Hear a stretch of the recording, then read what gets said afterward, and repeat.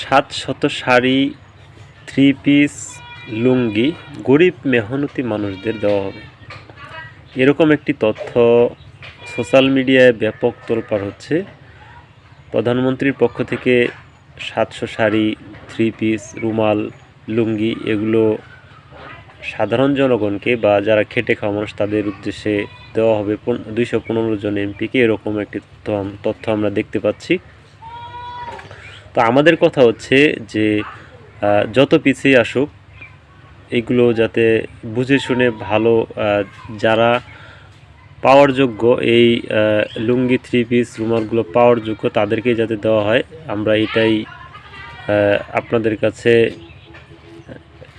দাবি জানাচ্ছি বা এটাই আমাদের চাওয়া, যাতে করে এই 3 পিসগুলো বা এই লুঙ্গিগুলো নিজেদের মানুষকে আপনারা না দেন, বিতর্কের সৃষ্টি না হয়।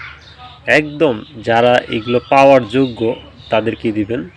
এমনকি দুম্বার মাংস হোক, উটের মাংস হোক, অথবা মানে যে কোনো ধরনের পণ্য যেগুলো খেটে খাওয়া গরিব দুঃখী মানুষের জন্য আসে সেগুলো যাতে তারাই পায়, এটাই আমরা চাই।